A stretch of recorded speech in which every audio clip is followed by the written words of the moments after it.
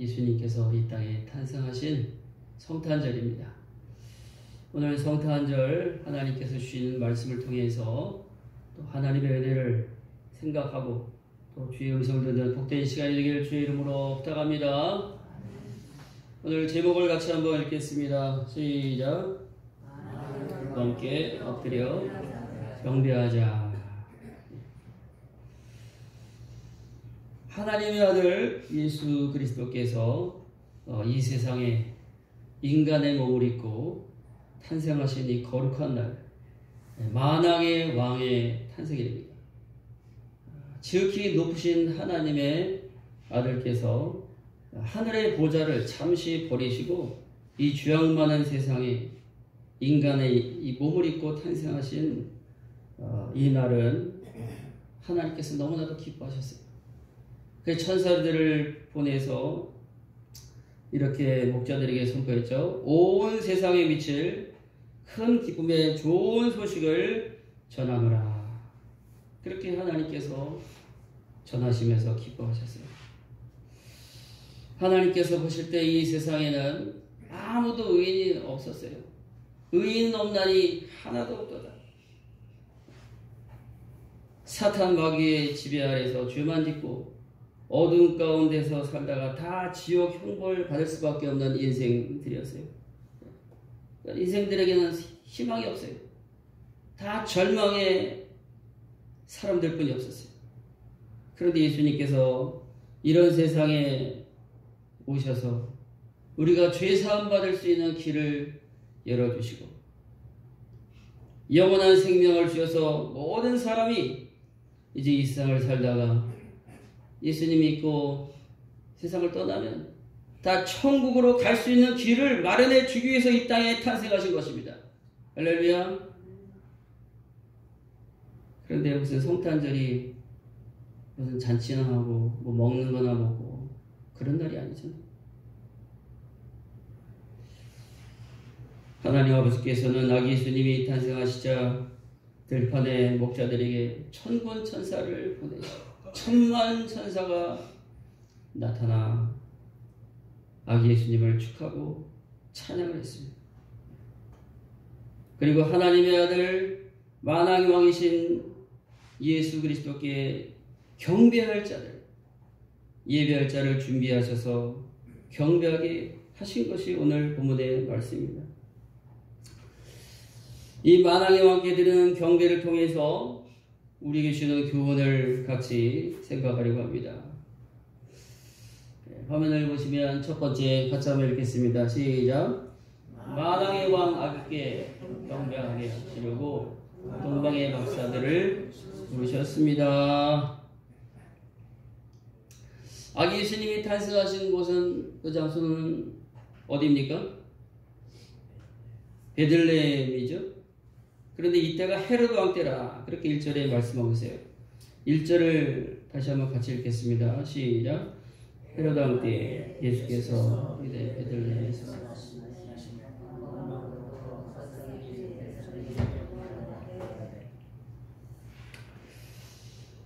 예수님이 유대 베들레헴에서 탄생하신 그 과정은 우리가 말씀드려서 알고 있죠. 요셉이 가이사 황제의 호정 명령에 따라서 다윗의 동네 베들레헴으로 갔잖아요. 마리아를 데리고 베들레헴 땅으로 가서 호적을 하려고 하는데 성령으로 잉태된 마리아가 이제 아기 낳을 때가 임박했고 너무나 급해서 방을 찾아보려고 했지만 방이 있었어요? 없었어요? 내가 없었어요. 너무나 사람들이 인산인해를 입었기 때문에 방이 없었어요. 그래서 급히 찾은 곳이 마옥간이었죠. 그래서 그 마옥간에서 예수님이 탄생하셨고 말 부위에 아기가 누이게 되었습니다. 그런데 이때가 누가 다스리던 때라고 그랬어요? 헤롯 왕이 다스리던 때였다. 헤롯 왕. 이 헤롯 왕은 당시에 에서의 후손입니다. 이 헤롯 왕은 이두메 출신으로서 당시 로마의 원로원이 결정으로 왕이 된 사람이에요. 이 헤롯은 유대인들의 환심을 사기 위해서 굉장히 노력을 많이 했는데 예루살렘에 화려한 성전을 아주 크게 건축했어요. 그리고 이 헤롯은요, 자기의 부인 미리암네를 살해합니다. 그리고 친족들도 살해하고 심지어는 자기의 두 아들 왕자까지 살해합니다. 그러니까 선한 왕이에요? 잔인한 왕이에요? 아주 잔인한 왕입니다. 그러니까 자기의 정치에 방해가 된다면 누구든지 인정사정 없어요. 다 없애버리는 것입니다. 그러니까 백성들은 이 잔인한 왕의 눈치만 보면서 불안에 떨던 그런 때인데, 이런 잔인한 왕이 시퍼렇게 살아있을 때 누가 탄생하셨어요? 만왕의 왕, 유대인의 왕, 아기 예수님이 탄생하신 것입니다. 이런 위험천만한 때에 왕이 탄생하신 것입니다. 누가 과연 탄생하신 만왕의 왕이신 예수님께 왕이여 하고 엎드려 경배를 드리겠습니까? 유대 땅에는 아무도 없었어요. 들판에 양을 치던 목자들이 예수님을 찾아온 것 외에는 누구도 왕의 탄생을 모릅니다. 그런데 이 만왕의 왕의 탄생을 발견하고 왕께 경배하기 위해서 저 먼 동방의 박사들이 왕의 탄생을 알고 그리고 찾아오게 되었다는 것입니다. 1절에 보면 예수께서 유대 베들레헴에서 나심에 동방으로부터 박사들이 예루살렘에 이르러 그랬죠? 여기 1절 원문 헬라어를 보면 이루라는 말로 시작하는데 보라 이런 말이 들었어요. 우리 성경에는 안 나타나죠? 보라 말이 들어갔어요. 보라. 유대 땅에서는 만왕의 왕 아기 예수를 경배할 적 없지만 보라 동방의 박사들이 지금 경배하려고 있다. 동방으로부터 박사들이 오고 있다. 이것이 원문에는 보라라고 기록이 되어 있어요. 예수님이 탄생하신 그 무렵에 동방에서 박사들이 유대인의 왕으로 탄생하신 그 별을 발견하게 됩니다. 이 동방 박사들은 어디에 사는 사람이에요? 동방이죠. 동방 박사니까 동방인데 수만리 길 저 멀리 떨어져 있는 동방에 바벨론 땅, 페르시아 땅에 있던 박사님들. 그 페르시아 땅에서 별을 관찰하면서 미래를 예견하고 그렇게 미래를 바라보고 대처하는 그런 천문학자들이었던 것입니다. 이 동방 박사들은 어떻게 해서 유대인의 왕의 탄생을 이렇게 알게 되었을까요? 이스라엘 유대 백성들이 바벨론에서 포로 생활을 몇 년 했어요? 네? 70년 포로 생활했잖아요. 그래서 유대인들을 통해서 하나님의 그 예언의 말씀, 선지자들이 전한 하나님의 말씀, 그러니까 메시아가 이제 곧 오시고 유대인의 왕이 탄생하신다는 소식을 이 박사님들이 알고 있었던 것입니다. 그래서 이 박사들은 별을 관찰하면서 언제 유대인의 왕이 탄생할 것인가 그걸 늘 관심을 갖고 관찰했던 거예요. 그런데 갑자기 큰 별이 나타난 거예요. 큰 별이. 동방 박사들은 이는 분명히 유대인 왕 메시아의 별이다. 이렇게 이 박사들이 감탄하면서 지금 정말 놀라고 있어요. 이 별은 메시아가 탄생했음을 알리는 별이다. 이 별은 특별한 별이니 여호와 하나님께서 예언하신 메시아 시대아들의 별이니 박사님들 우리 경배하러 갑시다. 이래서 박사님들이 서둘러서 짐을 꾸려서 긴 여행을 떠나게 된 것입니다. 당시 많은 별을 관측하고 점을 치는 사람들이 있었지만 여기 특별한 분들 하나님께서는 이 박사님들을 하나님께서 사랑하셨고 이들에게 큰 별을 보게 하셨고 이 별을 통해서 만왕의 왕이신 아기 예수님을 계시로 알려주신 것입니다. 할렐루야. 이렇게 해서 박사님들은 이제 먼 길을 떠났죠. 첫 번 사진에서 보았듯이. 그런데 이 큰 별이 갑자기 움직이기 시작하는 거예요. 큰 별이 이동하기 시작. 자, 저 별을 따라갑시다. 여기 사진에도 나오죠. 그래서 박사님들은 이 별을 따라서 험난한 여행길을 떠나게 된 것입니다. 수말리 길이에요. 수말리 길. 사막을 지나야 되고 광야를 지나야 되고, 그 당시에 교통수단은 이렇게 보면 낙타였을 것입니다. 낙타. 제가 낙타를 탄 적이 있잖아요. 낙타 위에 올라가면 약 한 3m 정도 되는 것 같아요. 엄청나게 높아요. 그 낙타가 이제 가면요, 이 낙타가 성큼성큼하면 이게 출렁출렁거립니다. 출렁출렁거려요. 그 꼭대기에서 이렇게 타고 가면 얼마나 참 신기하고 재밌는지 몰라요. 나중에 성지순례 가서 낙타 한 번씩 다 타보세요. 할렐루야. 아멘 하신 분만 탈 수 있을 거예요. 예? 자, 우리 찬송가 116장 1절만 같이 찾아서 반주 없이 해보겠습니다. 116장.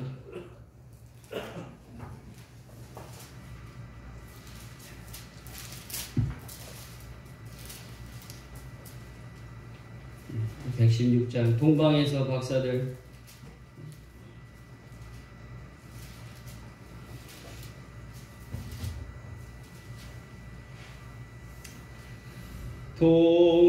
동방에서 박사들 귀한 예물 가지고 산을 넘고 물을 건너 별 따라왔도다. 오 단일 밤에 밝은 별 아름답고 빛난 별 아기 예수 계신 곳에 우리 인도하여라. 할렐루야. 동방 박사들은 만왕의 왕이신 예수님의 탄생을 알리는 그 큰 별을 따라서 얼마나 신나겠어요. 그 별이 지금 움직이는 게 막 보입니다. 그리고 별을 따라서 험하고 먼 고생길을 떠난 것입니다. 유대인의 왕을 만나서 경배하려고 하는 그 기쁨이 가득 찬 것이죠. 하나님께서 동방 박사들에게 왜 이러한 신기한 별의 표적을 나타내셨을까? 동방 박사들은 뭐를 관찰한 사람이라고 그랬어요? 예, 별을 관찰하고 이렇게 바라보는 그런 학자들이었어요. 천문학자들이었어요. 그러니까 이 동방 박사들이 유대인의 왕으로 나신 하나님의 아들을 빌 수 있는 그 통로는 별입니다. 별이 아니었으면 동방 박사들은 예수님의 탄생도 몰랐고 주님께 갈 수도 없어요. 이 별만이 동방 박사들을 아기 예수님께로 인도할 수 있고 경배할 수 있게 만든 통로입니다. 큰 별은 아기 예수의 별입니다. 그래서 성탄절에는 특별히 별로 트리를 장식하잖아요. 여기 장자노님이 이쁘게 장식해 놓은 저 위에 뭐가 있어요? 이게 바로 아기 예수님의 탄생을 알리는 별이잖아요. 우리가 분명히 우리는 알고 있어요. 우리 성도님들을 만왕의 왕이신 예수님께로 인도한 표적은 무엇입니까? 동방 박사들에게는 별인데 여러분들에게는 별과 같이 주님께로 인도한 표적이 무엇입니까? 어떤 표적이 여러분들을 주님께로 인도했습니까? 난 태어나 보니 예수 믿는 집안이었어요. 그래서 아기 때부터 예수님을 믿었어요. 저나 장봉 장로님 모태신앙 부모님이 별인 것이죠. 부모님이 별이죠. 어떤 분은 친구나 지인들의 전도로 예수님께 나왔다면 그분들이 별과 같은 존재인 것이고, 때로는 자녀들의 질병, 아픔으로 인해서 예수님께로 인도받을 수도 있잖아요. 우리 하영 장로님이 아들 상기길이가 어릴 때 그렇게 아파서 하나님 좀 살려주십시오. 내가 예수 믿겠습니다. 하고 예수님께로 인도했으니 누가 별이에요? 상길이가 별이 된 것이죠. 아, 나는 교회 가고 싶다. 종소리가 울리면, 교회에 참별 소리가 울리면 하나님 내도 언젠가 교회 가게 되겠지요. 하나님 내도 교회 가고 싶습니다. 그래서 우리 미자 권사님 종소리 듣고 교회 나오셨잖아요. 종소리가 큰 별이 된 것이죠. 성령의 인도하신 가운데 우리가 천차만별로 하나님이 보여주신 신비한 그 별들이 다 달라요. 그 별들이 예수님께로 우리 인도하고 주님을 영접하게 하시고 우리가 동방박사들처럼 주님께 오늘 경배하고 있는 것입니다. 할렐루야.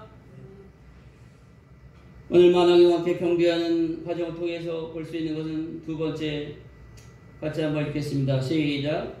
만왕의 왕께 경배하여 가는 길에는 무서운 함정이 있었지만 다시 바른 길로 인도하셨습니다.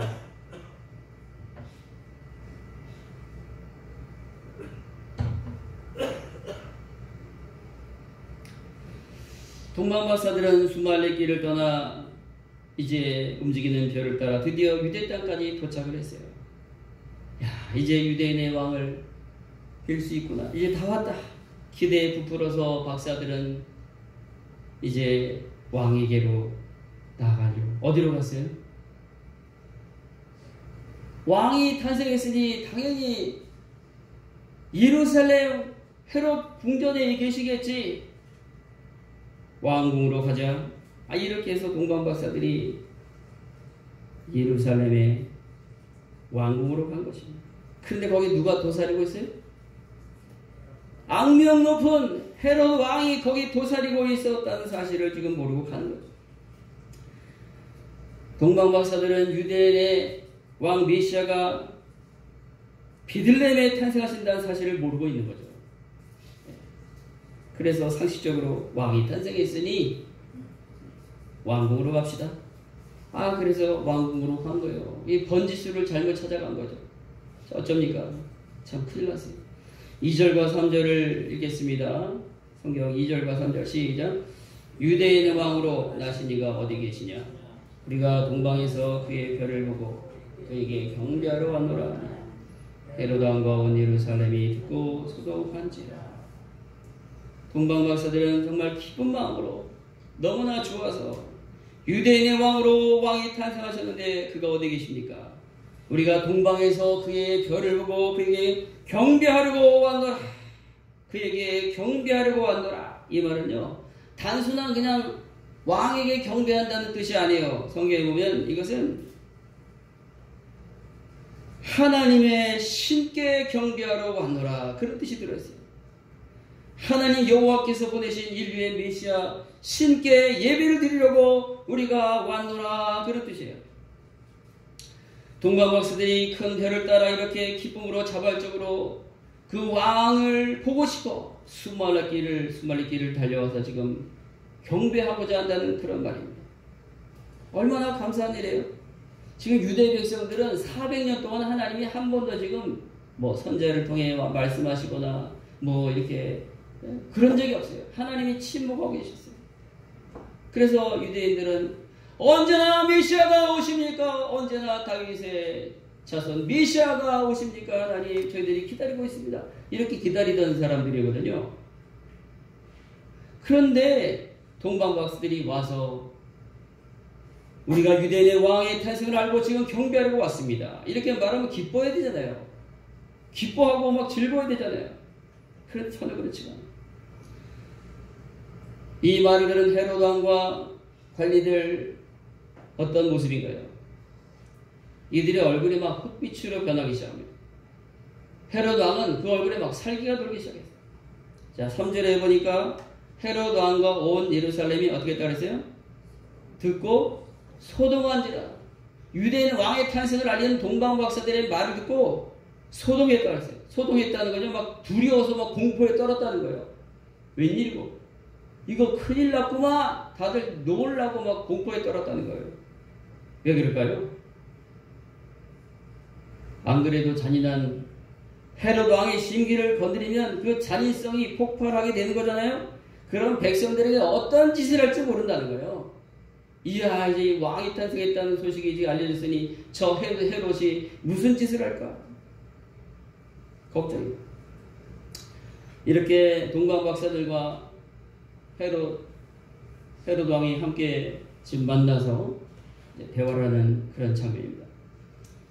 헤롯 왕은 박사들의 말을 듣고 유대인의 왕이 어디서 탄생했는지를 지금 잘 모르니까 확인을 시작합니다. 그래서 모든 대제사장과 서기관들을 다 불러모았어요.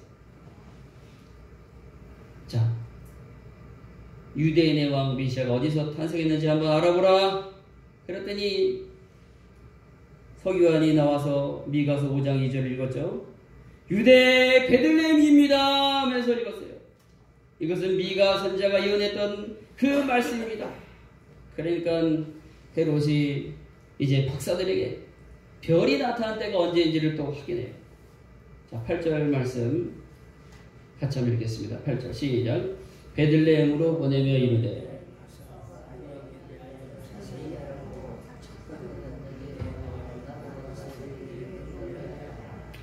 아멘.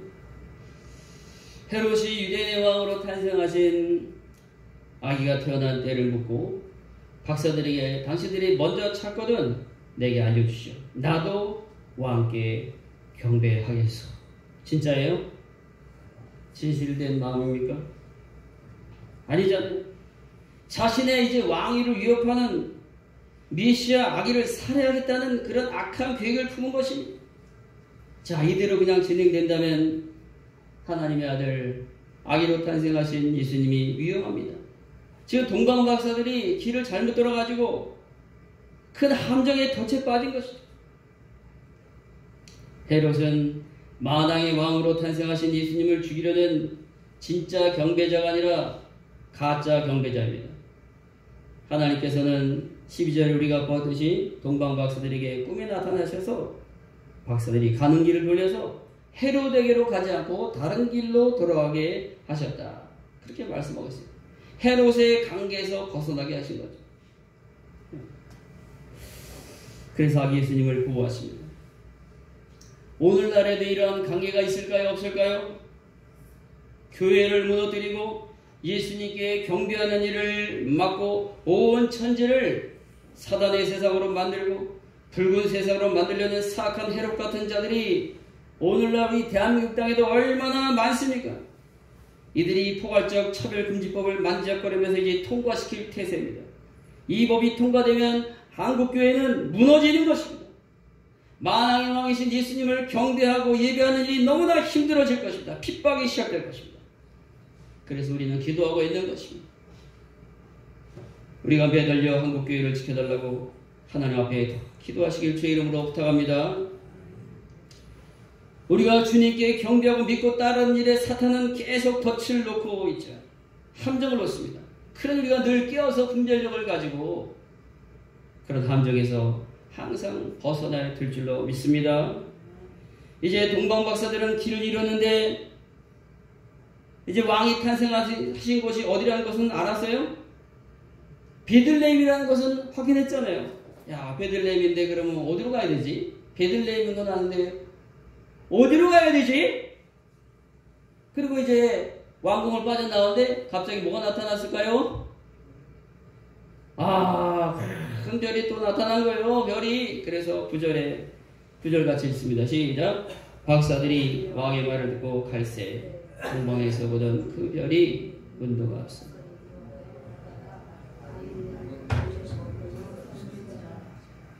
아멘. 큰 별이 나타났어요. 또 별이 움직이기 시작합니다. 별이 움직이고 움직여서 베들레헴 아기 예수님 계신 곳까지 거기까지 인도하는 거예요. 거기까지. 그런데 인도하여 가다가 별이 또 계속 이렇게 쫙 움직이다가 딱 멈출 거예요. 아니 멈추는 것까지 보이는 거예요.